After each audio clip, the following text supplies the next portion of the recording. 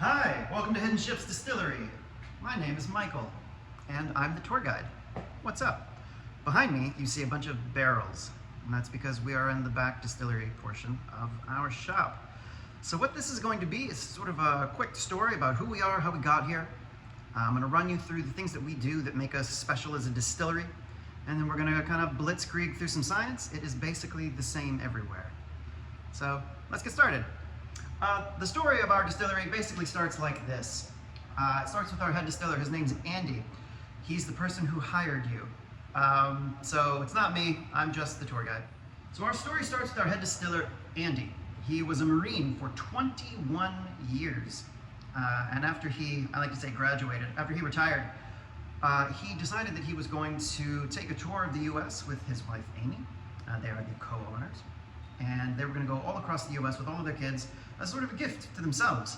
And in doing so, they were going to sort of double purpose that time as not just a vacation, but also as research for everything that they were thinking about doing in distilling. And while they were out on that tour, everywhere that they went, they would always find a Buffalo Bill's backer bar to kind of hang out at. And there was always one for them everywhere on their trip, so there was always some place that felt like home, which is why we are also a Buffalo Bill's backer bar.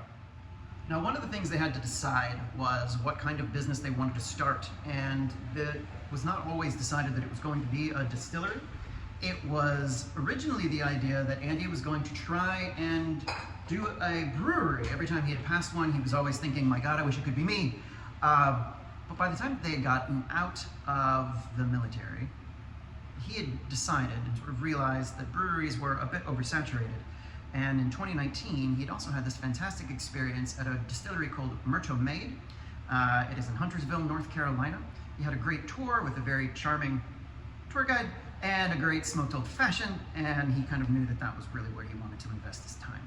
So they did exactly that. They went to a number of graduate programs to study distilled spirits, which is a thing you can do, God bless America. And my favorite one is actually called Moonshine University, because it's very prestigious. It's connected with a lot of teachers who teach at the University of Louisville, Kentucky. It's very expensive, but it does sound like it should be taught by a man with no teeth playing a banjo in the woods, so I do enjoy that. They graduated from that. And then they put money down on this they like to joke that they had no business plan. I find that hard to believe, though, because everything here is done with such intention.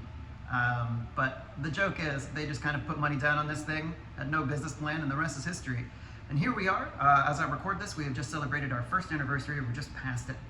Hopefully you are watching this sometime very, very far in the future, and nothing behind me looks the same because we're in a completely different building. Until then, hi. This brings me to the story of how we got our name. So we are located in Topsail Island, Surf City, North Carolina. The way Topsail Island got its name is the same story that we take to give our name. And the story goes like this. The pirates that this area is known for and very obsessed with were known to have been going up and down the coast. We have documented evidence of that. But the stories go that they would hide in the inlet behind the island to cover the hull of their ship so they couldn't be identified. And then they would ambush the merchant vessels. The merchants, of course, started getting sick of that, and they started looking for topsails over the island. Voila, Topsail Island. And we pay homage to those ships hiding in those inlets with Hidden Ships Distillery. So now you know. And if you find yourself, say, at the bar on a drunken Friday, like today, you may find 10 hidden ships on the bar. You may also find a hidden buffalo, I think is under a bar mat that you'll find on the bar. And now you know why those are there. The next thing I'd like to mention is our logo, which happens to be there. It's sideways, but it's there. Now my favorite thing about the logo is that it's a block H. It's giving us this kind of 1920s Art Deco vibe, which is very in line with our lounge. We've got a speakeasy lounge. It is a pre-Prohibition era bar. So that logo fits directly in with it. And then Amy, who came up with this design, did something that is very special to me. I don't think I've ever told her this. One of my favorite things is a negative space logo. And it's very easy to see on the barrel. As you can see, right in the middle of the H is what looks probably like a dollar sign. That's the S. So it's a hidden ship in the Hidden Ships logo, which is kind of brilliant, come on. So that's us. That's the story of Hidden Ships and how we sort of came to be.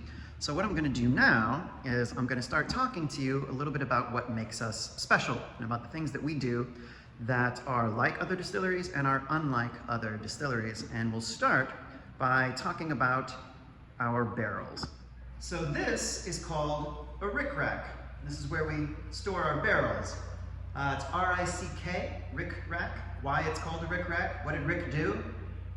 We don't know. It's just called that. Andy actually built this thing himself.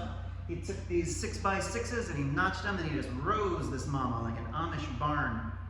Our rick rack holds 40 barrels. Every barrel holds 300 bottles. Now obviously we're not fitting 300 full bottles into this. We're able to do that because the spirit goes in there essentially in concentrate form. So the proof at which we sell the spirit at is much lower than what we store the spirit at, so that we can get it all in there. So that's why the proofs are different from what you'll see in the bottle to what is in the cask, and that is why we get things like cask strength whiskey or whatever.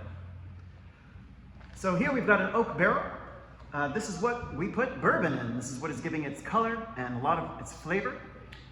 Happily for us, some of the requirements of what it takes to make bourbon are stamped into the side of the barrel, so we can just read it straight off the barrel and know what we need.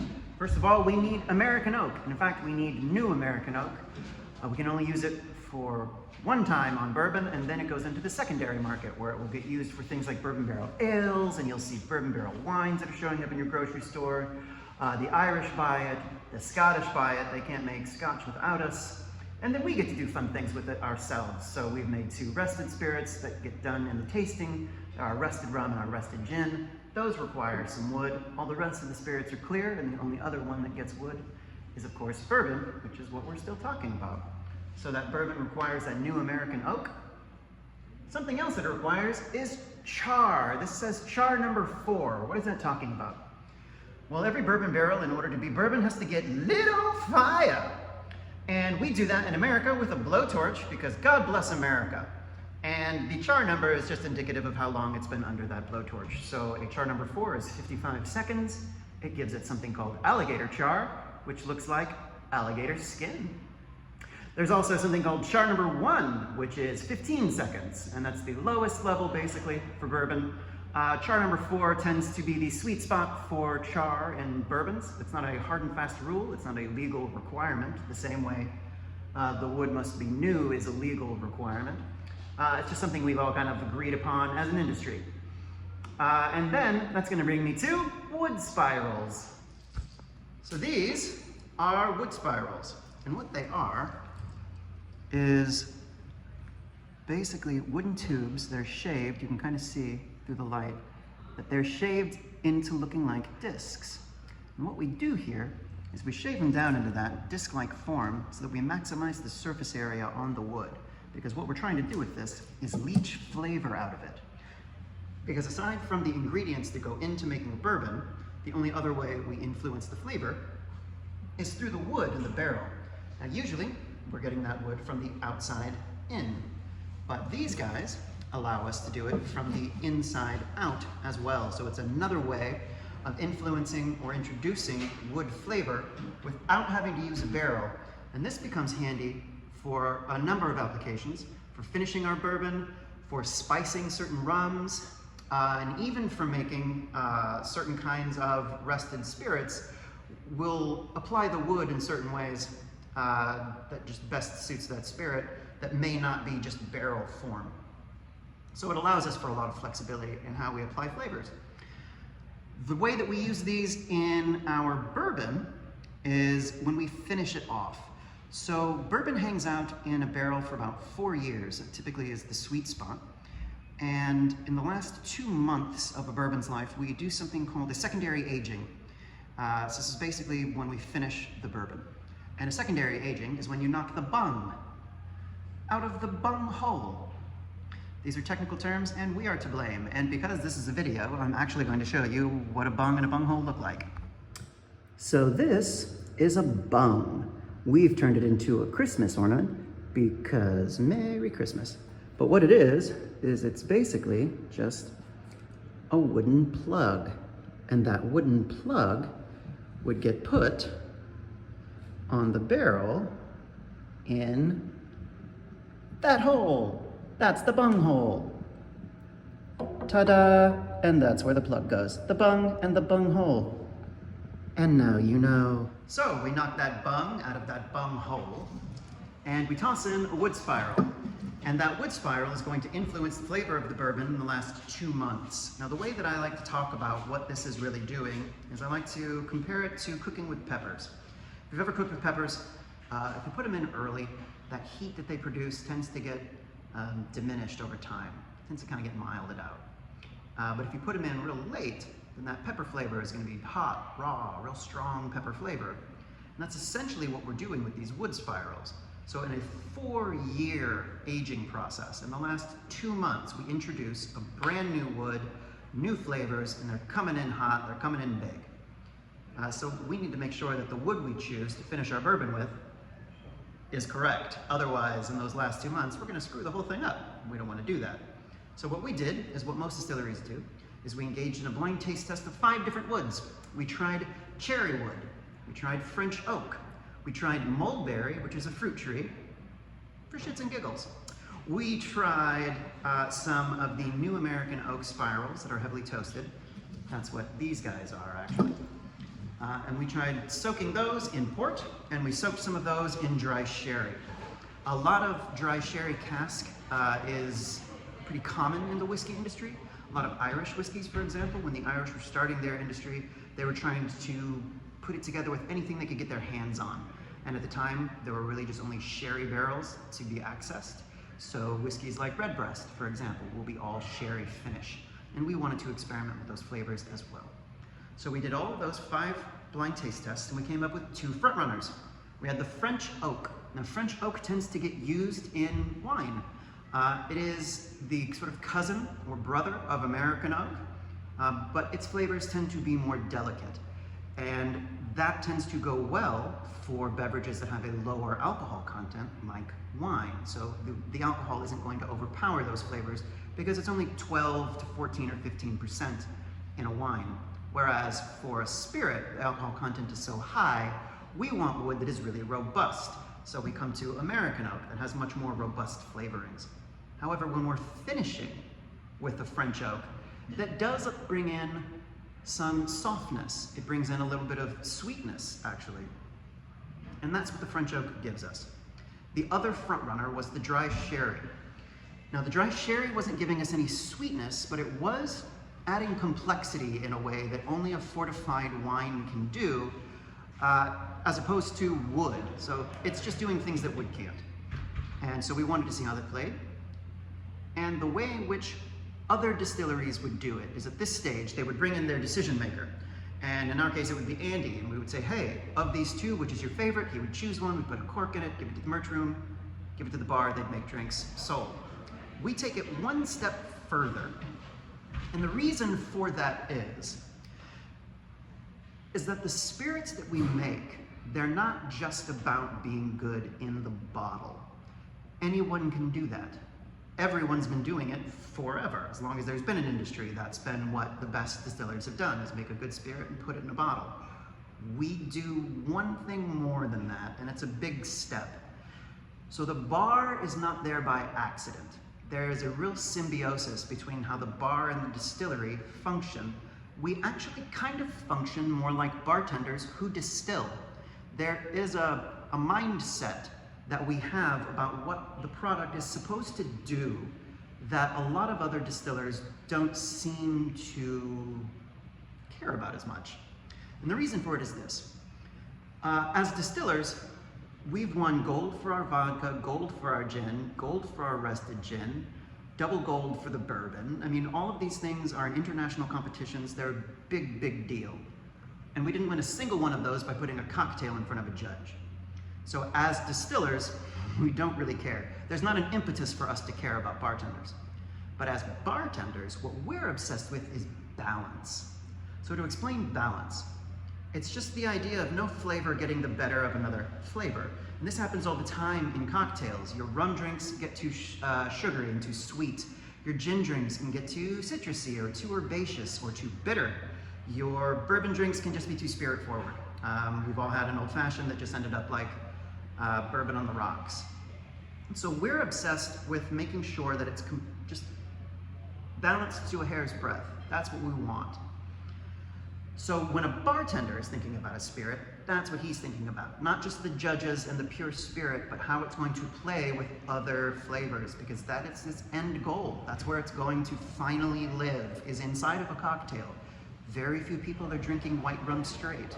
So for us, the most important thing is the balance of the cocktail. And what we'll do for our frontrunner spirits is we will take the two frontrunners and we'll put them through the list of our cocktail menu. And let's say, for example, we're taking our bourbon, two frontrunners, and we're putting them into an old fashioned. So if we're thinking about balance and not just the spirit in the bottle, now we're thinking about the ingredients inside of an old fashioned. The ingredients of an old fashioned are the bourbon, the bitters, the sugar, and the orange peel and cherry. We'll call that all of the combination of the ingredients. So what we recognize immediately is within the build of this cocktail, there's already a sugar element. So we've already got Demerara sugar, that's what we use. A lot of other places will use simple syrup, which is with processed sugar that pulls all the molasses out. We actually like that molasses. Bourbon likes that dark chocolate kind of vibe. So we leave the molasses in, we use a Demerara sugar. That means there's a sweetened element in the cocktail. Now with our two frontrunner bourbons, if I put the French oak-inspired bourbon, finished bourbon in there, with the softness and the added sweetness of what is already a very sweet whiskey, the other requirement of bourbon is that it be 51% corn. Corn brings a lot of sugar. It's high fructose corn syrup for a reason. So if I'm adding to a very sweet whiskey already, a sweetened soft finish into a cocktail that has a sweet element, it's going to be unbalanced, it's going to be too sweet. Then we tried the other one. Basically, we knew the dry sherry was going to win at this point, but the dry sherry came in. It was the other front runner. It didn't push up the sugar. It gave us extra complexity with the fortified wine. We were sold. So, like I was saying, this philosophy influences all of our spirits, all of our cocktails. And it's how we did everything. So the gin, for example, even though Andy's not coming from like 5 generations of moonshiners, our gin is actually 3rd generation gin because of all the recipes that we were trying. The winner was our consultant's wife's grandmother's recipe. So it's 3rd generation gin. So that's our wood barrel section. This is the sort of the almost end of the line process. We're sort of starting you in the spirit making portion right towards the end of it. This is just where the barreling comes in, but it plays such an important role in what makes bourbon bourbon. I like to start with it. But from here on out, I'm just gonna roll you through some of the science of what makes booze booze. So this is our 500-gallon mash tun. You can think of this like a big old pressure cooker. At this stage, what's going on is we're looking to get sugar. You only need 2 ingredients to make booze: sugar and yeast. We get yeast, we can buy that. We're getting our sugar from the grains that go into bourbon. So our mash bill is 78% corn, it's 14% rye, it is 8% malted barley. It makes it a mild rye. This is the breakdown of most bourbons. They tend to go 70% corn, 20% either rye or wheat, and then 10 to 8% malted barley. That's how most of them break down these days. And what we do from this guy is, because it's a big pressure cooker, is we'll take those grains, we'll toss it in here, we'll fill it up with water, and we'll heat it. We heat it to the temperature at which barley, this is that malted barley portion I was telling you about, that 8%, we're waiting for that portion to think it's time to bloom. Now when barley thinks it's time to bloom, it releases enzymes. Those enzymes eat starch, of which we have a whole tub full. The byproduct of the enzymes eating that starch is our first ingredient, sugar. Ta-da! So at this stage, we end up with what is essentially corn pudding. It's pretty tasty. And from here, we are going to take it, and it is going to move, thanks to the magic of those green hoses, it is going to travel from here to there. So it is a straight line, basically, from this guy, this mash tun that is in front of me, to this guy, which is behind me, which is the 450 gallon tote. These ones on the bottom are also called totes. They're 250 gallons.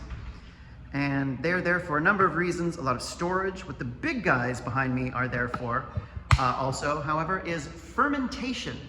So what we'll do is we will take our corn pudding from our mash tun, and through the magic of those green hoses, we'll move it into this big guy right here. And at this point, we just want to ferment, and in order to ferment, you add the other ingredient, yeast. We'll leave it in there for, I don't know, 3 days, it could be 3 weeks, however long it takes to get all of that sugar converted to alcohol, because that's what yeast is doing. It's going to eat all the sugar and make alcohol out of it, the same way the malted barley was eating starch and making sugar out of it. So once we've got both of those done, behind me is going to be a beer.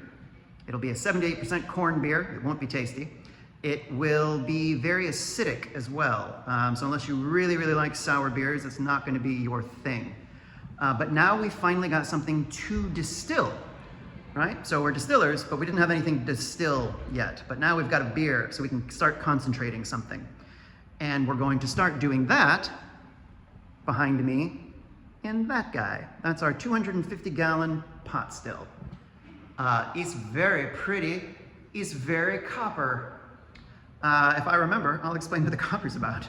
But the way in which this goes is, well, I'll explain it in a second. This is our 250 gallon pot still. This is where the distilling starts. So these first 2 stages, no distilling has actually happened. We've just been a crappy brewery. But unlike brewers, we don't quit. So now that we've got something to distill, what happens is, thanks to, once again, the magic of those green hoses, we take the beer from our 450 gallon containers and we toss it into our 250 gallon pot still here. And now what we're doing is we're distilling. We're finally taking advantage of Grandpa's erector set here. And the easiest way to explain it is the way that I was taught how to make clean water out of dirty water in Cub Scouts. They were literally teaching us how to make booze in Cub Scouts. And it works like this. You take a bowl of dirty river water and you place an empty cup in the middle. You cover the whole thing in saran wrap and you put a rock over the empty cup. You stick the whole thing out in the sun. The sun is going to cause the water that you want to drink to evaporate and rise. It's going to separate from the dirty crud that you don't want to drink. So the stuff you do want to drink is going to rise. It's going to condense on that saran wrap. It's going to trickle down to the rock, drop into the cup, and now you've got clean water. So not only did I save your life, I just taught you how to make booze. So that's exactly what we're doing here. So instead of dirty river water, we take our beer from that 450 gallon container. We toss that into our pot still, and now we're trying to make alcohol evaporate, because that's what we want to get into our bottle. So we know exactly what temperature that happens. And we will pump in through steam in these black tubes, steam at that temperature. That's going to cause that alcohol to evaporate and to rise, like the water in our dirty river example. So it's going to cause it to rise, and it is going to condense right here on this first choke point. So this is the pot still. It kind of goes up this way. This guy right here, this is a choke point. There's nothing really stopping anything from going on this lower side to the upper side. But it's the stuff way down here in the bottom. This is where all the heavier elements go that we want to keep out of our spirit. This is where the stuff, the heavier alcohols or the higher alcohols, it smells like nail polish and gives you headaches and makes people go blind. We want to keep that down. We don't want that in our bottle. We want the stuff going up that we're going to keep. And so it is going to rise like it does in our saran wrap example. It's going to condense here, and then you can just think of the process starting over again. So the steam is going to keep coming. It's going to evaporate and vaporize the alcohol that's hanging out here. It's going to shed some more liquid, and then it's going to head up until it goes all the way up to the neck, right where it turns. So it's going to condense on the neck, and there it will once again get hit with steam, and it will vaporize one more time, and it will leave a little more liquid behind. And every time it leaves a little more liquid behind, it increases in alcohol content. So a quick aside on proof. Proof is, like I said, double the alcohol content of whatever you see. We're pretty much the only industry that uses that term. Vintners get to use words like terroir, and brewers use things like specific gravity. We talk about specific gravity, but it's not something that we like really talk about. Proof is something that we only put on our bottles. You won't see it on wine bottles, you won't see it on beer bottles. Proof comes to us through tradition. And it's a silly little story, and it goes like this. Now, this is apocryphal, so take it if you will, but it's a good story and I like it. Because part of it's true, and the true part is this, that rum used to be part of the rations of sailors. And the quartermaster, who was in control of the supplies on the ship, it was his job to dole out that rum and to make sure that it lasted. And the way that quartermasters would do that often enough is that they would water down the rum and then they would give it to the crew. Well, the crew didn't like watered down rum, which is called grog, by the way. They don't like grog. No one likes it. So, in order to test to make sure that that wasn't watered down rum, what they would do is they would mix it 50-50 with gunpowder and then light it on fire. And if it ignited, that was proof that it hadn't been tampered with. And then it was still 57.7%, which was the Navy alcohol content on ships at the time. They call it Navy proof. So yeah, a little aside on proof. All right, so the next thing we're going to talk about in the distillery is something called a rectifier. And a rectifier looks like the king of all minions. So it's this guy right here, and he's doing the same job basically as the pot still next to him. They're both copper, and they're both essentially doing the same thing. So whereas you can imagine the big pot still being like a big coarse filter, you can imagine the rectifier being like a fine mesh filter. Whereas the pot still had that choke point that I was telling you about in the middle, where you can imagine something just kind of sneaking up in the middle, touching nothing. Well, the rectifier, the king of all minions, behind each one of those windows is a plate. And nothing passes that plate without our say-so. It's a way in which we then further control the distillation process. And every single one of those windows is an added distillation. So there's 7 minimum through our distillation process, and it takes about 6 hours to do. It's going to go from that rectifier, and it is going to go to a coil. You may have seen a bunch of moonshine shows where they keep the little coily thingy. We have one of those. And where we keep ours is a big column right this way. It's this guy. This is a big old column, and that is where inside of it we house a big copper coil that spins the spirit from a hot vapor inside of cold water, cooling it back down, so that way when it comes out of the parrot, that's a parrot, it doesn't skull us in the face, because nobody wants that.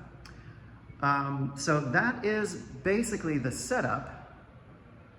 There you go, this guy right here, this is a gin basket. We don't use it for making gin. We do our gin a different way. We use this, it's a thumper. Unless you want to be a distiller, it's not a big deal to you. But that's the process from there all the way through here. This process takes 6 hours. I've got people who work with me. They're impossible. All right, behind me is something we call a reverse osmosis machine, because when spirits come out of the parrot, they come out at really high proof. They come out at about 125 or higher. That is much, much higher than what we have them in our bottles. And we have to be within 0.6% one way or the other of our proof as labeled on the bottle, or we get shut down. So we have to essentially water it down. We have to dilute it. Or as we say in the industry, we have to de-proof it. And we do that with this reverse osmosis machine behind me. It creates medical grade water, and we use it strictly for de-proofing. It's very energy intensive, but it only cranks out a little bit. So we use it just to basically water down our bourbon to the legal level at which we're allowed to sell it. We take this approach very seriously. It takes us about a week to do. We add water very slowly because you can always add water, but you can't take any back out. So we're very, very certain not to screw that part up, or we've just lost an entire batch of booze. We don't want to do that. Okay, so we've got a reverse osmosis machine there. Now, once the spirit gets deproofed, it's going to go into those guys down there. So these are our big fermentation and storage, essentially, as well, because it's one of the ways we maximize space in here is we use these guys for storage because our bottle storage is only so large. So we've got spirits that are also ready here to bottle whenever we are in the need of them.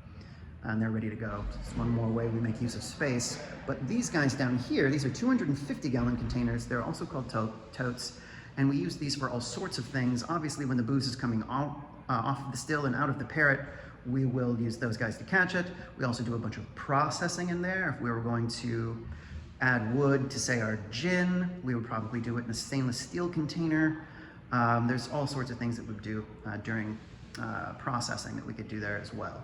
But that's where that will get contained before we go on to the last stage, which is bottling. So at this stage, there's one thing left to do, and there's to bottle it.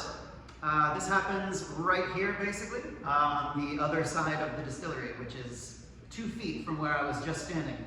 We will all do this on a Monday. We'll do it all by hand. We usually show up at like 10 a.m. We'll sit down, listen to some rock and roll, eat some pizza, bust out anywhere from 600 to 1,600 bottles in a day. And like I said, we do it all by hand. The labels go in by hand, the neck labels go in by hand, the batch numbers go in by hand, the corks go in by hand. And that all happens here. They get boxed and then shipped out to Onslow County, Pender County, and of course this is the only place you can buy a bottle on a Sunday. Do not forget to tell people that. That's a big deal in a state like this where the ABC stores control everything and Sunday is still a dry day. So whenever we are open on a Sunday, it's a big deal, and whenever we're open on a holiday, it's a big deal, because we're the only people selling. So,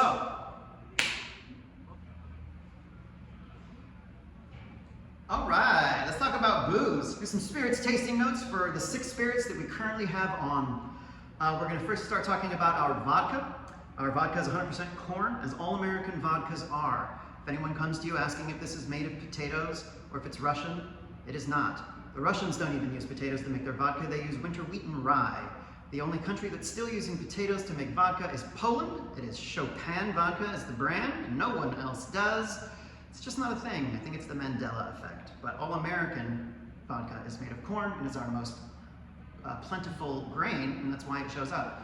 That's why potatoes were used in the first place. It was the most plentiful grain. It's why winter wheat gets used. It's the most plentiful grain in the respective countries. Now, when we drink vodka, or when we do tastes of spirits, the way we break it down is in 3 steps. Because alcohol wants to dull your nose, and 85% of our sense of taste comes from our sense of smell, the way we have to attack this is keeping our nose fresh. So the way in which we smell it changes slightly. We smell spirits with our mouth open. If you ever go to a Scotch tasting or some sort of fancy whiskey tasting, who's ever hosting it should be doing this as well. It's going to look like this. You don't hear me going, you don't have to help it along, it's just smell it in that way. Your mouth is open, leaves an escape hatch so it doesn't dull your nose, so you can get all the flavor all the way to the end, because we're going to be doing 6 spirits. The next thing we would do is take a smaller sip. This is very wine tasty. So it's like a palate set sip. It's getting all of your taste buds in a row. Tiny little sip. And that's just to kind of also get the burn out of the way. Because we're drinking straight spirits, there's going to be an initial shock to your palate. We're going to get over that. The final thing is an actual tasting sip. This would be another sip, and now it's just about, coating your mouth the same way as before, but this time you're going to be over the shock, your taste buds will be in a row, you're going to get a lot more information out of whatever it is you're drinking. So every step will be 3, or every spirit will be 3 steps. So when we're drinking vodka, here are the notes. There is no smell, there is no flavor, there is no color. It's vodka. It's flavorless, colorless, and odorless. It's as close to a neutral spirit as you're going to find. However, it's not a neutral spirit. Our vodka does have characteristics. But because it is built for a cocktail application. It comes in a very specific way. Now don't forget, this still won gold. There is no trade-off between being good in a bottle and good in a cocktail. That is a huge misconception that a lot of people seem to have, and I don't want you to have it. So our vodka, the way that it's built, is in order to be kind of like a booze ninja. It's going to show up in a drink, it's going to make it alcoholic, and then it's going to disappear and leave no trace that it was ever there. So a lot of cheaper vodkas leave a long finish and it's kind of bitter and the bite is harsh. We don't have any of that. We don't want it getting in the way of, say, our espresso martini. So when we sip this, that's what you're going to get is a lot of clean, neutral spirit, but you're still going to get a little bit of citrus, and there should be very little bite. But not citrus like 7-Up. It's a hint. This is a very delicate spirit, and also won gold in international competitions. This brings me to gin. Gin is a vodka-based spirit. Gin is a flavored vodka. This surprises a lot of people. Basically, it's just vodka and botanicals. That makes gin. The requirements for gin are 51% juniper berry minimum. So the same way that bourbon has a 51% corn minimum, gin has a 51% juniper berry minimum. And that juniper berry provides the essence flavor of gin, which is the pine cone Christmas tree that you always associate with, especially gins like a Bombay, a Tanqueray, or a Beefeater. Those London dry gins are really, really big in juniper berry. We don't make a London dry, we make a botanical gin. Our gin goes to 51%, stays there. And then we've got the rest of the world as our oyster. And all of these little jars right here are the other botanicals that we put into our gin. If you were here in person with me, you would be able to use them as aromatics. Again, 85% of our sense of taste is our sense of smell. So if you were drinking our gin and you weren't picking up, say, licorice root, or angelica root, or elderberry, you would be able to then grab one of these bottles, take a sniff. While it's still fresh in your nose, you take another sip, and it would punch that botanical to the forefront of your experience so that you could begin to really understand and experience everything that's going on in that gin. These are mostly made for sommeliers, for wines, but they don't make them for gin, so I made one for us. So this is for you to use whenever you should like as well. What this does for us is it allows us to break down in a couple more flavors. So we don't just have the juniper berry giving us pine cone Christmas tree. We also break into some citrus. We have orange peel, and lemon verbena, which is like a lemongrass. It's a tea out of South America. It's an herbal tea. But it comes off like lemongrass, and that's the flavor that it's giving us. So it's going to be pine cone Christmas tree, and then like a citrus will hit you. And then the next thing that's going to hit you is kind of white flower. Think baby's breath. Think lily. And this is going to be a conglomerate of flavors that your brain is going to connect together because we don't put flowers in our gin. But your brain is going to make it taste like those. So it's going to use things like gin and ginger and clove. It's going to use things like elderberry, angelica root, licorice root. It's going to pin all those together and you're going to get white flower out of it. The next gin we've got here, this is our rested gin. This is one ingredient different from our gold-winning gin. This is also gold-winning gin, by the way. The only difference here is New American Oak. This was rested with New American Oak for 6 months. That is the main difference. I like to call this a bourbon drinker's gin. I would request that that's probably the way you describe it as well. A lot of people come to our distillery for the bourbon. And so what we've done here is we've done a way to connect our gin, which is one of our favorite spirits. It's the best cocktail spirit, I think, in my opinion. And we are very proud of this gin. So this is a way of getting people who don't tend to like gin to give it a shot. And this is also, in and of itself, a very complex and interesting and wonderful spirit. What it's doing is it's giving the gin more earthy notes that it's just not typically going to find in just botanicals. So that wood is also rare because it's going to be the only thing giving us new flavors. And very rare in a tasting situation do we get to pin every new thing on one ingredient. Well, in this case, you get to. So you get to see exactly what oak does. Now in this case, because you don't get to taste it, I can just explain that what this is going to tend to do for most people is that oak is going to round out, if you will, the sharper edges of gin. So sharp and round, you can think of it like this. If something is very acidic, or if it's like a very pronounced flavor, you could think of it as like pokey, as sharp, right? You can't ignore it. Whereas if things are smooth and round and they've all blended together, it might be a little harder to pick one perfect thing out because it's all been very well blended together. So that's kind of what this one is doing. It's mellowing things out, it's smoothing the rougher edges, and it's giving us earthen notes that the plain gin isn't. So this is also then, once again, connecting us to the bourbon from that use of New American Oak. Those are similar flavor palettes that we're getting. So this gin is really our sleeper gin. All right, so now we're moving away from our vodka base, our corn spirit base. We're moving into sugarcane and our grain medley for our bourbon. So our white rum is where we're going to start. It is a 50-50 blend of molasses and golden sugar. Molasses is a byproduct of processing sugar. The white sugar you get at the store, and the sugar in the raw that you can also get at the store. The difference between the two of them is just molasses content. So processed sugar just processes the molasses out. And golden sugar is closer to sugar in the raw, which is the sugar with the molasses in. So this is basically molasses and sweetened molasses fermented. And the flavor notes that it's going to give is going to give you butterscotch on the nose, it's going to give you butterscotch on the palate. There's a lot of buttery texture that really comes into this. There's more of a viscosity in the mouthfeel that's going on with the rum. And it's a party in a bottle. I've never had a complaint about the rum. People really, really enjoy it. Now from here, we're going to move on to our rested rum. So this is where the rum, in my opinion, really takes off. So we've taken this base spirit now, and we've rested it for 6 months in a used bourbon barrel. So it's going to give us a slightly different color. I wish I had a fuller bottle, but that color is certainly darker than this color, even though it is certainly not as dark as that guy. This is just 6 months of a used bourbon barrel. It's giving us that color. New American Oak also gives us a bunch of flavors. So it gives us vanilla, the actual compound, vanilla. It can give us some cinnamon. It can give us flavors of coconut. This is just coming from the wood. We don't add any of those. We don't inject vanilla or cinnamon or coconut or what have you in any of our spirits. It comes from the wood. And that's what the New American Oak brings. And the bourbon, when finished, all of those flavors and color get added to this guy. We also spiced this with the Amburano wood from South America, which brings heavy vanilla and cinnamon notes, so that's really going to make those two flavors pronounced with the backup of the barrel.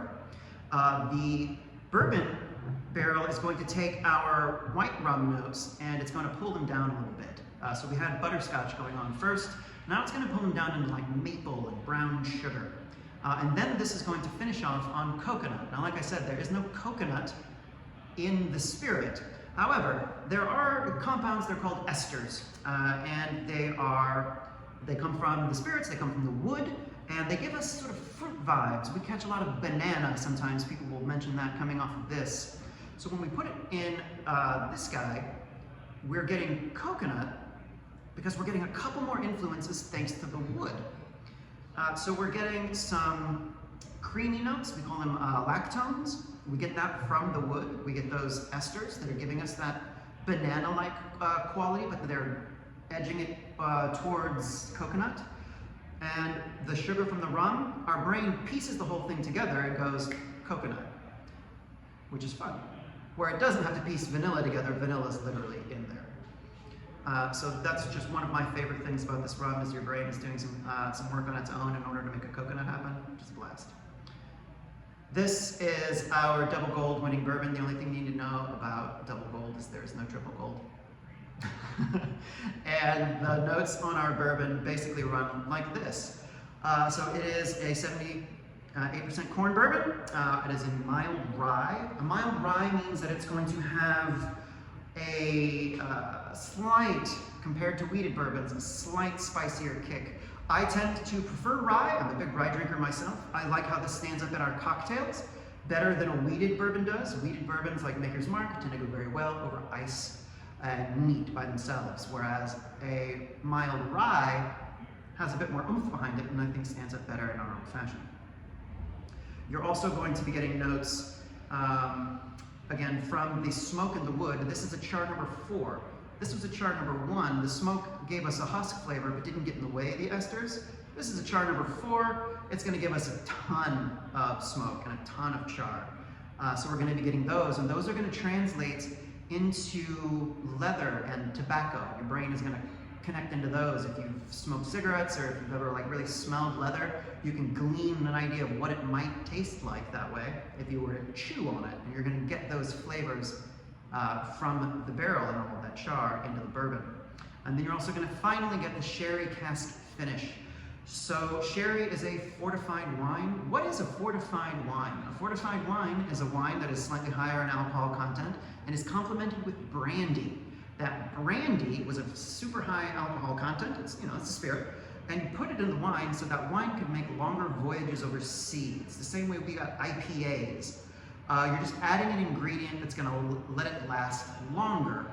And it's been very popular. It was super, super popular, during the ages when everything was traveling by ships. When America first started, all the founding fathers were drinking ports and sherries and fortified wines. And that carries on today in the way that we influence how we finish our bourbon. So you will catch those flavors as well. If you've never tried a sherry or a port, find me. They are very cheap. You can get world-class Manzanilla sherry for like $10 a bottle because no one in America drinks it. And it's, part and parcel of everything that makes our bourbon. So the last thing is this guy. Usually when I'm doing this, if I'm doing a professional tasting myself, I'll put a drop, one single drop of distilled water into each of my tasting cups. Now what that's doing is not diluting the spirit.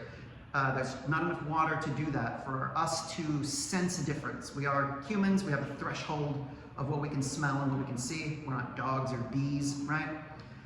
So what this is doing for us isn't so much diluting as it is clearing off ethanol. So it is another trick. We have 2 tricks now. We've got the trick of keeping our mouth open and letting the ethanol escape our mouth, and we've got the trick of tossing a little bit of water over the top and just sweeping off that first layer of ethanol off the top of the cup so we don't have alcohol rushing into our nose. So we've got an escape hatch for what does get in, and we're lessening what's coming up. So it's 2 ways to mitigate our sense of smell as we're tasting spirits. And that's basically everything. If you have any questions, please come find me. I'm always around.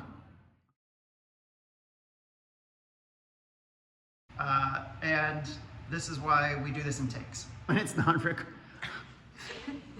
I'm just riffing because I forgot what I was going to say. It's not in frame. Legally required of us in order to do. Hi. I wonder what I could come up with at this point. You're ridiculous. Jeez. What was I going to say? I have no idea. Well, then it's our job to make sure that it kills in that respect as well. So it's probably the wrong word to use for spirits. What was I saying? That's a better question. Oh my God. It went like this. You take a bowl of dirty water,